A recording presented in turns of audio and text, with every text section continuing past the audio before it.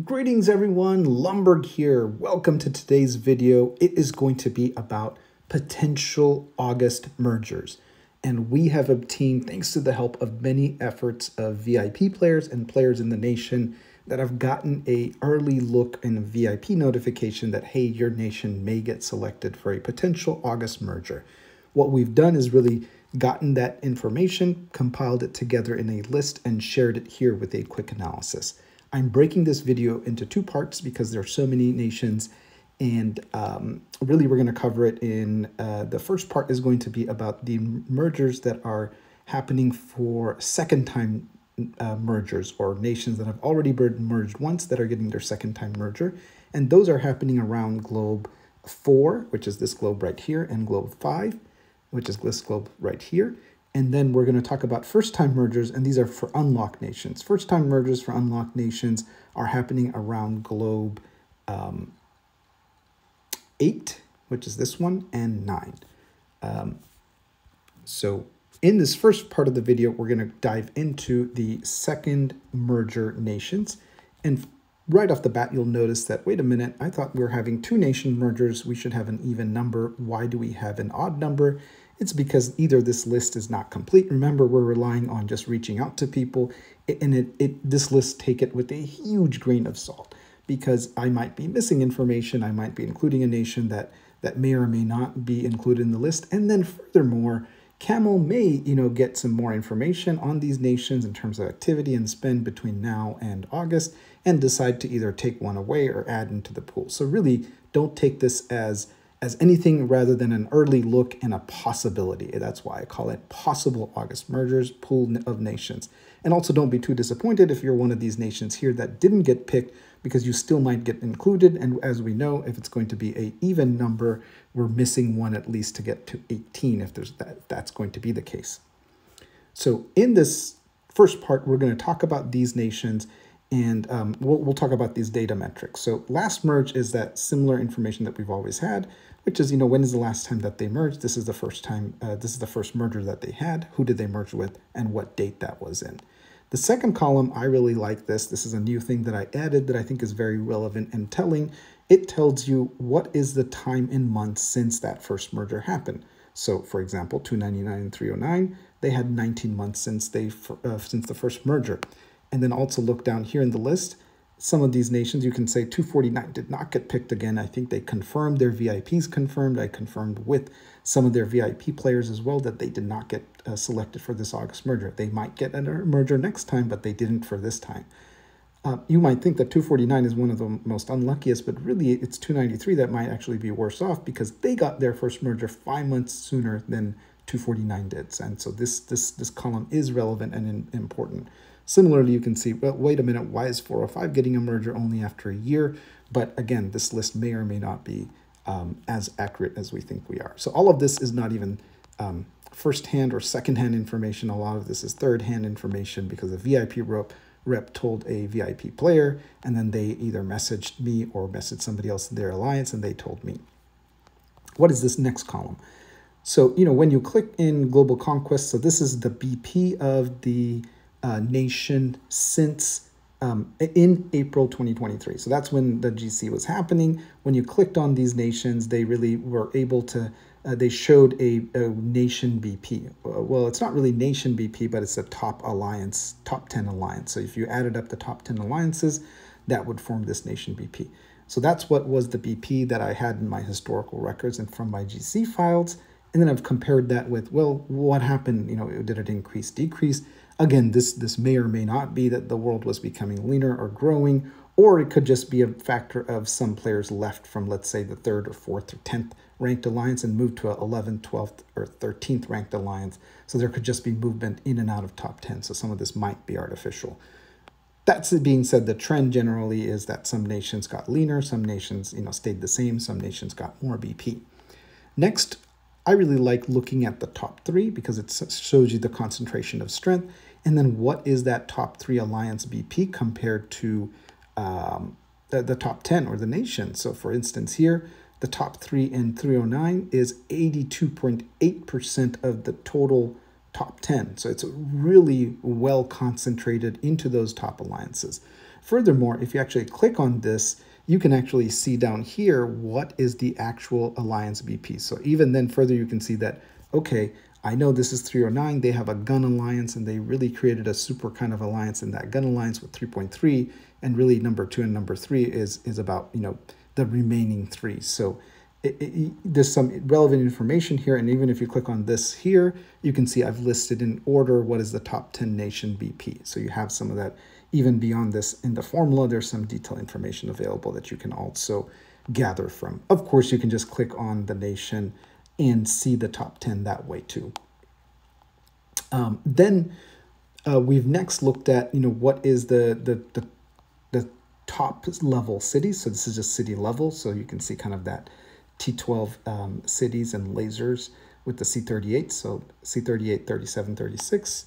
And similar to my other analysis, what is the top 10 officer BP? So you simply add up the top 10 top 10 players officer strength, and then actually the player strength.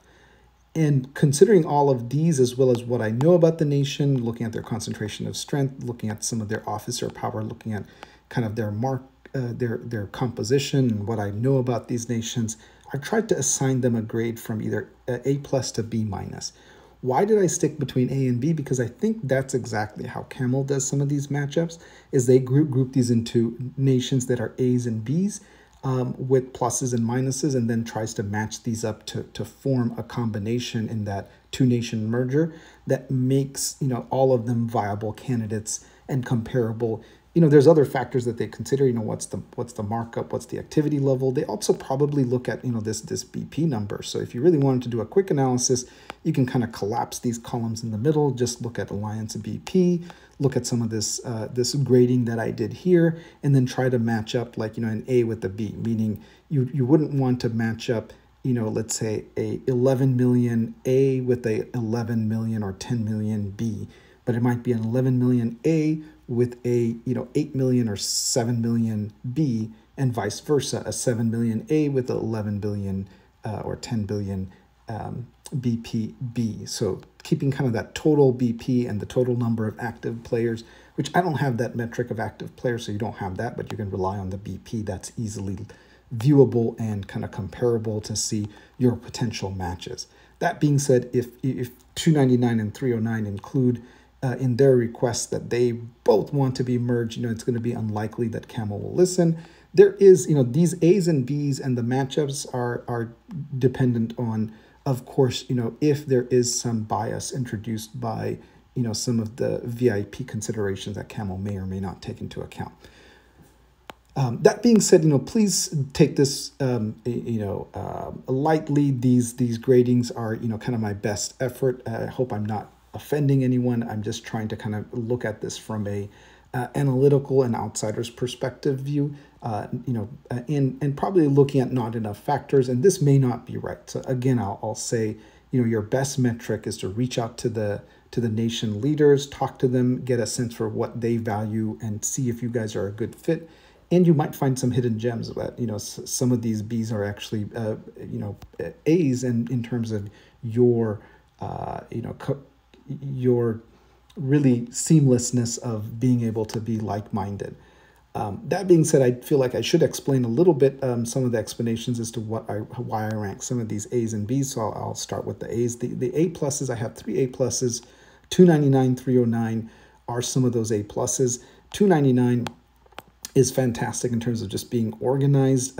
They have a lot of strength in terms of the top player BP, officer BP, as well as, you know, a very healthy number of C38s, as well as a pipeline. Same thing with 309, but 309 is a much different nation and strategy. They're very streamlined, as we just saw, with a lot of the power in that top alliance and the top 3. So very, very void focused, high concentration of power in that alliance. So these are both A pluses, just because they have a huge, not only C38 base, but also a pretty good player kind of lineup to replace the ranks and pipeline of players. So really 2 strong nations. Another A plus is really 405, which is wildly impressive when you compare, you know, that they are over 100 worlds apart from these other guys, and you can really see it here in the numbers. So they have healthy BP, but more impressively, they have 10 C38s. You know, that's very, very impressive. I think they did really well in GC as well. And then if you look at, you see that the top 10 officer as well as the top 10 player BP is pretty high. And this is Real Young's nation, you know, really many strong players concentrated, and they have, I think, a 3.1 billion alliance in NAT. So a lot of strength there. So those are my 3 A pluses. I have 1A, which is 351, and that's really, there was a gentleman there that did an analysis for every single Void and Frenzy, but up to 7, and I counted that they were 7 wins in a row, so that's really impressive. And so they seem like a nation that's put together really well and shows up for Void, and I am skewed and biased towards Void-focused nations, so I gave them an A, but you know, they do a pretty good job of winning given that record. So if I had access to the win records for all of these nations, I could have rated them, you know, a little bit better rating process.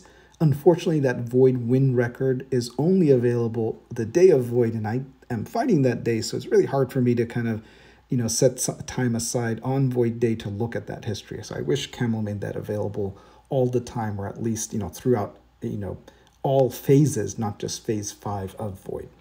That being said, you don't have to be confined to that. You can ask these nations, and I recommend that you do, what is their Void record. Some of them may track it, so that will give you a good sense for whether or not that's a factor, and you can have some hidden gems here. Let's look at some of the A minuses, 353 and 357. They have very similar, very streamlined structure, and you can see it here by these high numbers of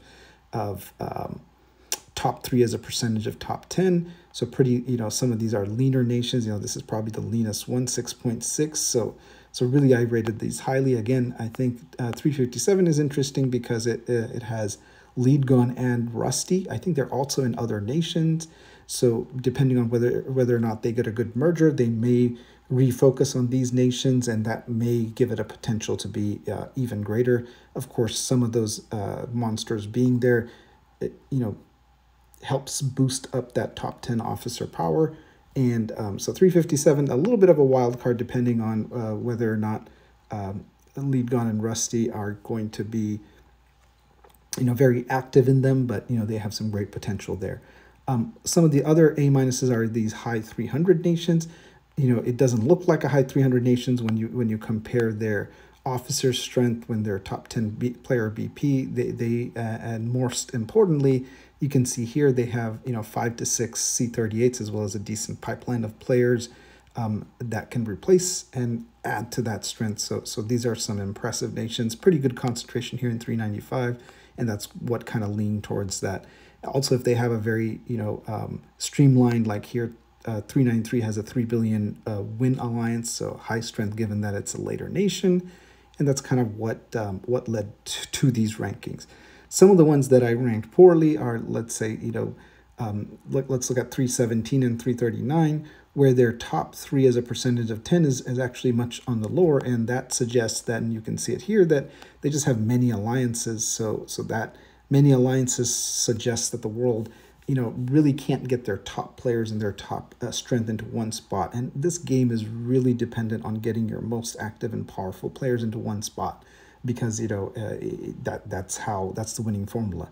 Of course, that means you have to let go of your friends, and some nations just can't do that unless they're forced to, or things change, or, you know, and many people, I shouldn't say they should be forced to. Many people play this game for different reasons, but if you're playing this game and you're spending money, you want to win. And in general, the winning formula requires to get your strength in one spot. That's just how it works. So this analysis is you know, my best estimate of kind of placing those groups and alliances and nations in that format. And again, you know, A's and B's hopefully might be grouped together. And as you're looking through this list, again, you know, your best bet is, if you haven't done that already, so my tips to you would be to go into these nations, create a spy account. And the spy account levels are pretty straightforward. At level 12, you can communicate with anyone. So if you can get it to level 12, that's great. Some people, you know, get impatient and spend, you know, get a pack on these spy nations to just be faster. And that makes sense if you're a VIP and you spend a lot. But if you're an average player and a peasant like me, then I just like to make one of these and just run through a cycle. And it's kind of like having these farms. You can quickly get there in about 2 days to level 10 and about 3 to 4 days to level 12. Just using the free items and doing the quests and the gold from those quests to be able to do that. That being said, you don't have to get to level 10 and 12. Really, the goal is to find somebody from these nations that, that you can connect on something like Viber or Line or Discord. And so one of the things to keep in mind is even if you get your spy city to 6, you can reply on another thread. You can post your, I think, Titan. You can share your Titan on Nation Chat and then right underneath that post that you're looking for a leader. And then once you find them, share your Discord or your information, and you should be able to. Unfortunately, you'll have to do that in Nation Chat, but you can easily share it, find the person, and then erase it if you don't want other people contacting you. But remember, it doesn't have to go all the way to 10. You can use that, and people will be at a heightened sense of reaching out to each other, so they'll be more responsive, and other people will connect you on Nation Chat. And really, that's the best way that I can think of is to reach out to these people. That's what we did in our merger, and I really, really highly recommend that. Once you can kind of get a sense for that, of course, if you have VIP players in your nation and your camel rep is open to seeing if you have a preference of who you'd like to be matched with, don't request somebody that is going to be a long shot, meaning that they're not going to group very, very strong nations together, but request one of these ones that's going to be, a diamond in the rough that other people aren't really seeking. And some of this demand we might artificially create by everybody, let's say, requesting 330, and then suddenly that becomes a highly sought after nation. And why not? That's Himiko's nation, who is another vet, and I probably should have rated it slightly higher than a B, but just based on the information present here, and it could be a B plus. That being said, and then once Chaosland happens, you can either negotiate it or fight for it. A lot of strategy goes into that Chaosland, but in general, if you can find an agreement, that's actually great, and then you don't end up spending a bunch. But even if you don't and try to make it a fun event, it's not a bad idea. With 2 nation merges, things are, there's less drama, there's less issues. And, as long as you get a good partner, it might be good. And even if you don't get a good partner, honestly, you can make the most out of it. People need a fresh start, and there's always going to be trolls. Ignore those, find the right partners, find the right candidates, communicate, and then, you guys can come to an agreement and make the most out of it. So don't be too distraught if you didn't get selected. It seems like it has been some conversations that I've had that people have said that there's no, for example, 320, there's no merger this time, but the VIP mentioned that next time there might be the next month there will be a merger, and there will not be a global conquest before that, meaning it's you don't want to be the promised a merger next month and then there's global conquest and a break for 3 months. That being said, when is this merger happening? It's supposed to happen on August 2nd. That's the Chaosland that it's supposed to be. Some people have said that the merger Chaosland will determine it, and the merger might happen as early as August 5th or 6th. That just seems very, very unlikely because, given the vast number of mergers here, it's going to be really, really impossible for that to happen. I'm going to end this video with a quick video from this is a quick snapshot that we had that was our determining Chaosland fight. Here you can see we are going at a target. I am leading the battle, so if you can bear with this, it'll just take a second, but I just wanted to kind of show a quick view into this. So a lot of action happens. You can see here I'm just using the Chaosland speeds. Everybody's speeding in, and it's really important to bubble here. Bubbling here may have changed the wave of the battle, but now that the attackers have moved in, it's going to be still a close fight because now the defenders start coming in, and then the bubble comes, and this is really a good good fight. And a lot of these people that we fought with, it was a great battle. And now, some of these are in the same alliance and we work well together. Leave it all out in the field, and then really be open and willing to negotiate and communicate. Just to show you kind of the map here, just fast forwarding a little bit, there's some big battles there. Ignore my chatting. I really wanted to show, there it is. That's what I wanted to show. So you can see here, I'll go back a second.